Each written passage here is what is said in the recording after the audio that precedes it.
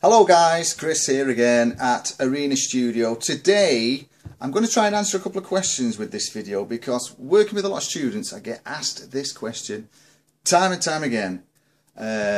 What do they have to do to become professional musicians?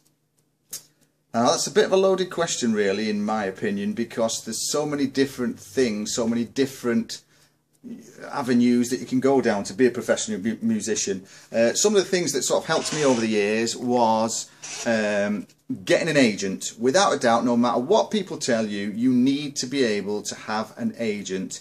And all the slagging off that you get from people where they'll say, don't get an agent, they take 15% or 20% of your money.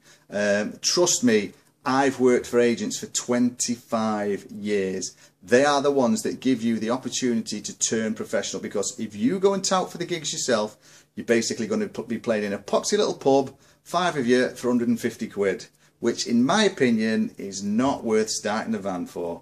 An agent will get you better quality work. Alright, you might not be playing the songs that you like to play, but if you sell a load of covers, you know, put a great cover set together, it might be the Commitments and McCartney and Bublé or whoever, make it very versatile, then go to an agent. They will give you what you call an audition showcase, shop window sometimes as they call them, where you will go do 15 minutes, 20 minutes on their showcase. If they like what you do, they will take you on because they work for you. Yes, they work for you, not you working for the agent, which is the big misconception. If you do not get work from that agent, and that agent cannot get commission, so that means that you don't get any work and they don't get any work, so they are desperate to get you out there. So they will fill your diary easily. You should be looking at between 15 and 25 gigs per month. So as a solo, which I've done over the years as well as the bands, as a solo performer, singer, I went singing, I played guitar and vocals, I did stand-up, I did the lot. As a stand-up comedian, you're probably looking about £450-ish for a 45-minute spot to an hour. As a singer, you're looking at sort of £250 for two 45-minute spots.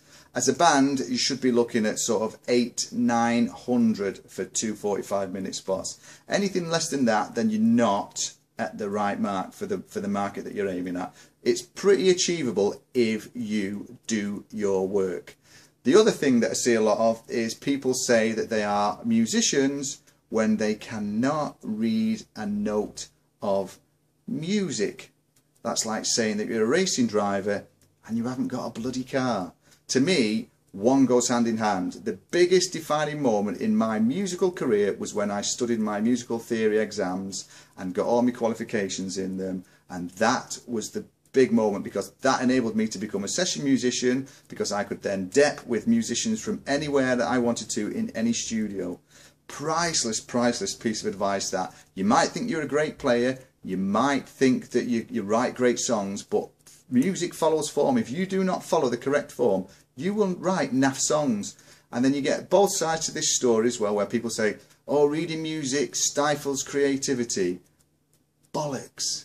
Reading music makes you a better musician. You understand where you can go to and why you go to where you go to, which then means that you transfer that to your own songs and skills as well.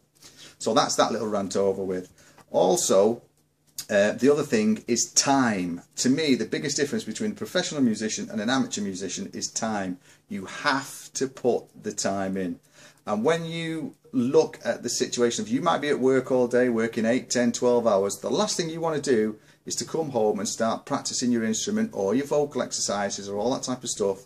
Especially on an instrument. To master an instrument, you need to be putting 3.5, 4 hours in a day in the early days, I think, to get a very good grounding in timing and rhythm and developing your ears. If your ears don't hear it correctly, then it's going to sound crap anyway. So that's the other thing. That's the most important thing, is to put the time in. So what you've got to remember is that if you want to turn professional, you've got to really commit to something like this, whether it's a singer, whether it's a magician, or anything that's showing a skill, a talent. You have to commit big time to it.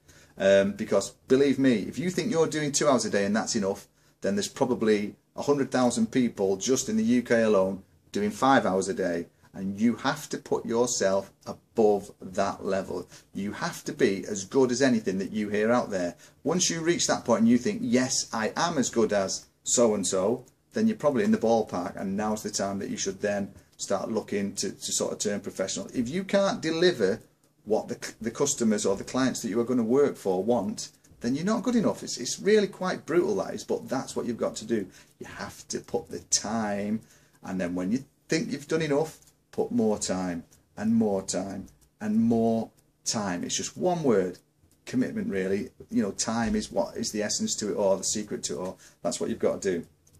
So in a nutshell, don't be frightened of agents. Sometimes you sell out, because what we did in one of the bands that I was in years ago, we had two names. One was the heavy rock band Montreux that we rocked out in, and we loved that, and we wrote the original songs and did the festivals and the biker doos and all that type of stuff, and it was brilliant times, but very little money in it. You might be playing in front of 700, 1,000 people and make maybe 50 quid between you by the time you've paid all your expenses, the hall hire and lighting and PA, road crew, security, venue hire, all that type of stuff.